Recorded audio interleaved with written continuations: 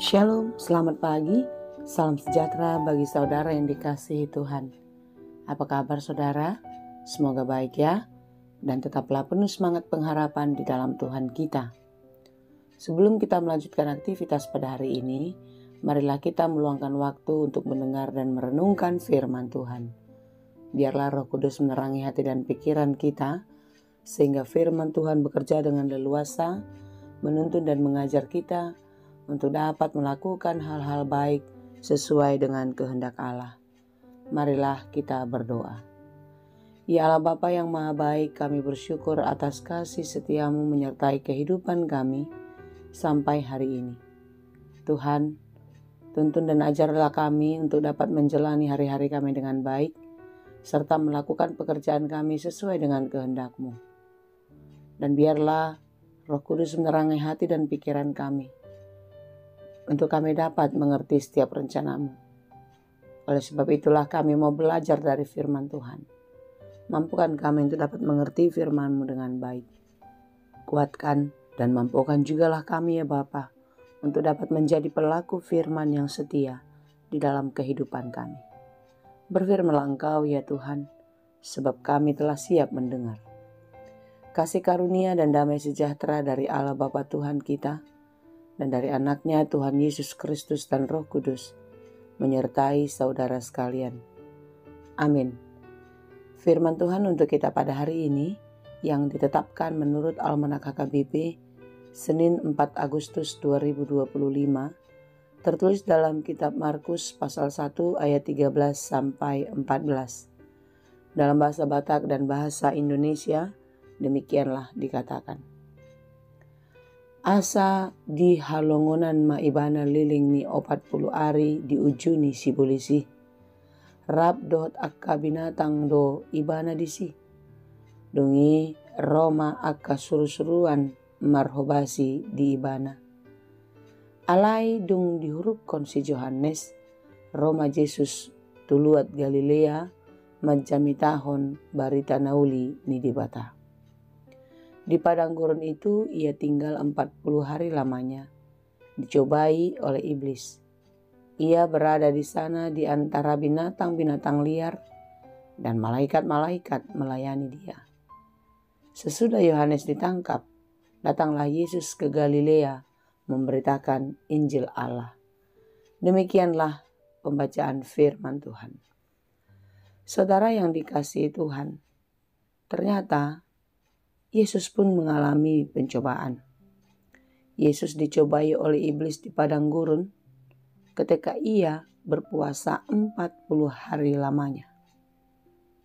Saudara-saudara, memang ketika badan kita lemah, ketika pikiran kita lemah, kondisi kita tidak baik-baik saja, kita sangat mudah sekali digoda dan jatuh ke dalam pencobaan.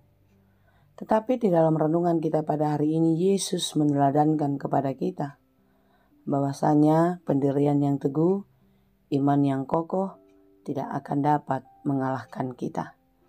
Saudara-saudara yang dikasihi Tuhan, di dalam iman pengharapan kita, Tuhan selalu menyertai. Sebagaimana dikatakan dalam renungan ini, malaikat-malaikat melayani Dia.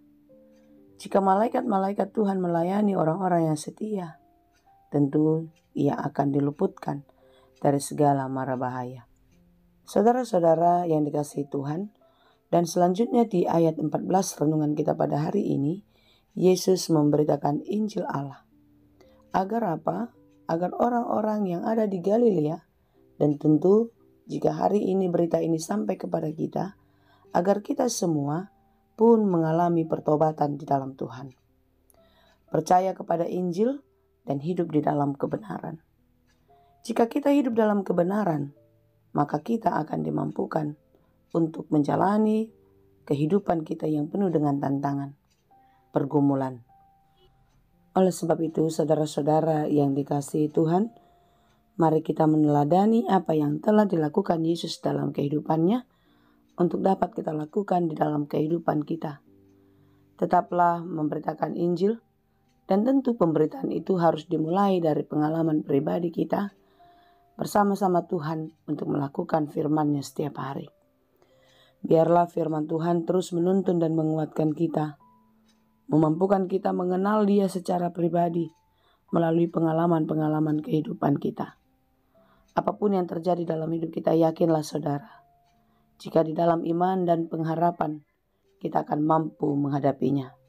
Saudara-saudara yang dikasihi Tuhan, mari kita merenungkan hari-hari kita, kehidupan kita di dalam menjalani apa yang harus kita hadapi setiap hari. Apakah kita sudah melakukannya di dalam taat, di dalam kesetiaan kepada Tuhan? Dan ketika pencobaan, pergumulan datang, apakah kita tetap percaya dan beriman kepadanya? Hari ini kita belajar tentang ketaatan dan kesetiaan, tentang iman kepada Tuhan.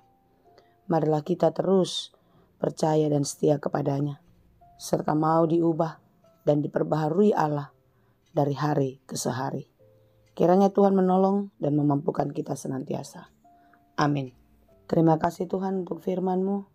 Ajari kami untuk mengerti firman Tuhan dengan baik.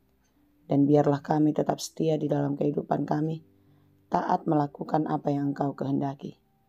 Kuatkan dan mampukanlah kami untuk melakukan hal-hal baik sesuai dengan kehendak-Mu. Berkati kami dalam segala pekerjaan hari ini. Ajari kami melakukannya di dalam takut akan Tuhan. Kami serahkan seluruh kehidupan kami ke dalam tangan pengasihan-Mu. Kami puji sembah Engkau di dalam Yesus Kristus Tuhan kami.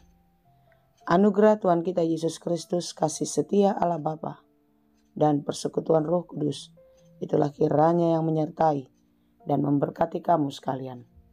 Amin.